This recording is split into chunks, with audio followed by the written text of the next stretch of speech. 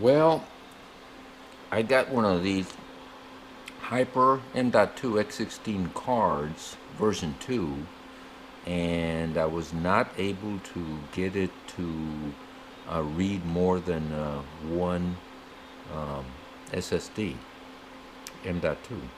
Now, what I had to do is I actually removed it. Here's the configuration. Now, I had the M.2 on PCIe X16 right there, okay, here, and I moved the AMD video card over to the next slot, and the configuration never changed. It only saw one M.2 regardless of what I did.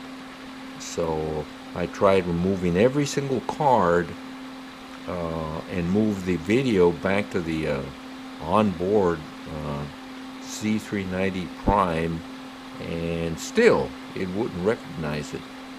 I did the configuration in the BIOS. I upgraded the BIOS. I updated to everything. So what did work though is I actually just took the two M.2s off. I moved the video card back over here where I had originally moved it when I had the card over here.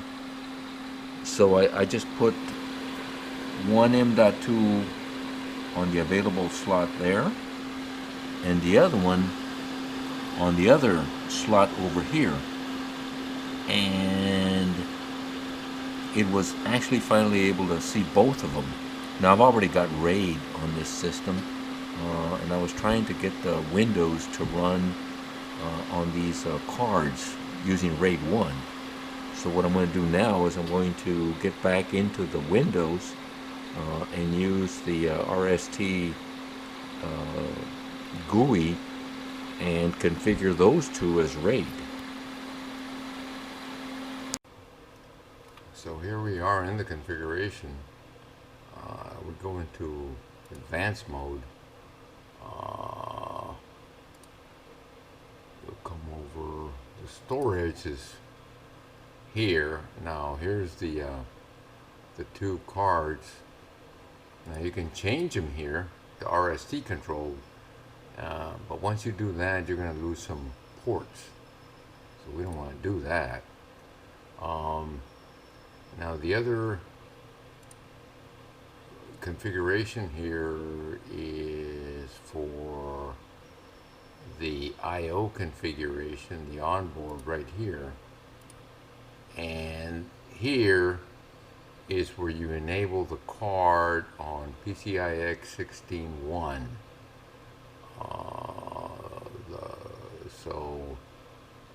but again, you know, unless you probably have, you have to have a 9th generation Intel card to be able to detect them.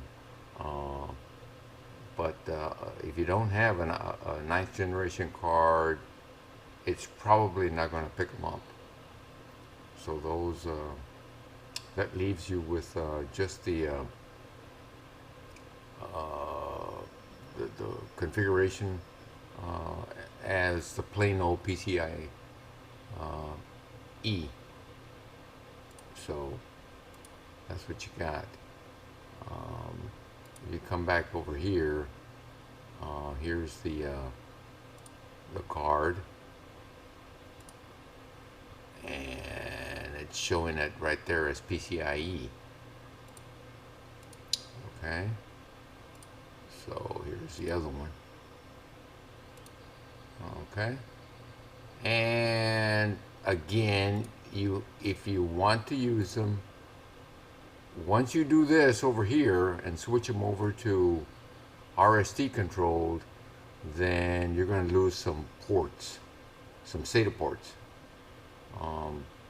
and that's something that that you're going to have to consider. I couldn't do it because I would have lost some of the other, SATA boards that I needed. But it's going to be up to you. So anyway, that's the configuration that you have to be that you have to change according to what you need to do. So we go in and start the RST, and here we're gonna select those two. We're gonna try this. So you're gonna create a volume with the two NVMEs, and I already have RAID 1 on the other set, so I guess that's why it's defaulting. I'm not sure, but anyway, it's gonna go with RAID 1 this time. Next, and then of course it's going to select. You need to select the drives you want and initialize them. From the advanced there, initialize them, and go ahead. Now this thing is going to, even it is NVMe and all that kind of stuff, but it still does take time to create a RAID. So it's going to take a while to create this. So yeah, we'll do that later.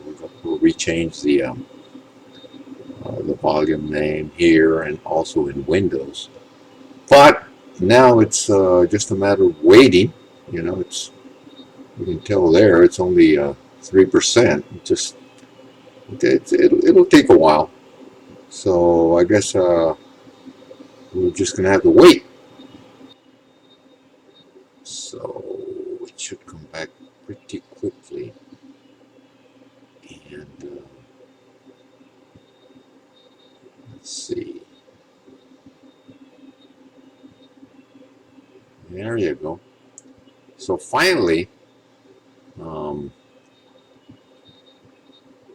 it's actually finished. So we have built a new RAID 1 volume from those two NVMEs on the onboard M.2-1 and M.2-2.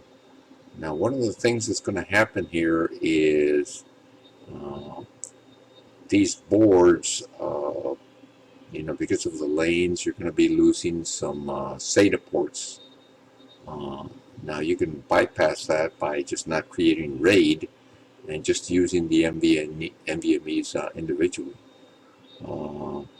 But if you've got enough available SATA ports to run whatever you have to do, then that's fine. Otherwise, you just can't run this RAID configuration. So it's up to you. Some of the boards have an NVMe Auto SATA PCIe set up. So you have to choose there, and on other BIOS they don't have that. And what it does is, if you've already got RAID configured, then you need to go in there and set as not RST, and you'll get your SATA ports back. So anyway, we're done here, and we're going to disk management and see what we got. And of course, we've got a new volume now. So I'm not going to use it. I mean, it's not a very large disk, so we're going to use an MBR. And just click OK. And we've got another RAID volume in Windows, RAID 1 volume. So obviously we're going to have to come back in here and format it, but let's change the name here, similar to the other one. RAID, well, the other one's RAID 1:1, so I guess we'll make this RAID 1:2. And that's our second RAID within the RST. So we're done here. And now we just have to go back into disk management, you know, and format it and create, you can't see it right now, obviously, until you format it and give it a drive letter. So go back to disk management and go in here and create a new simple volume.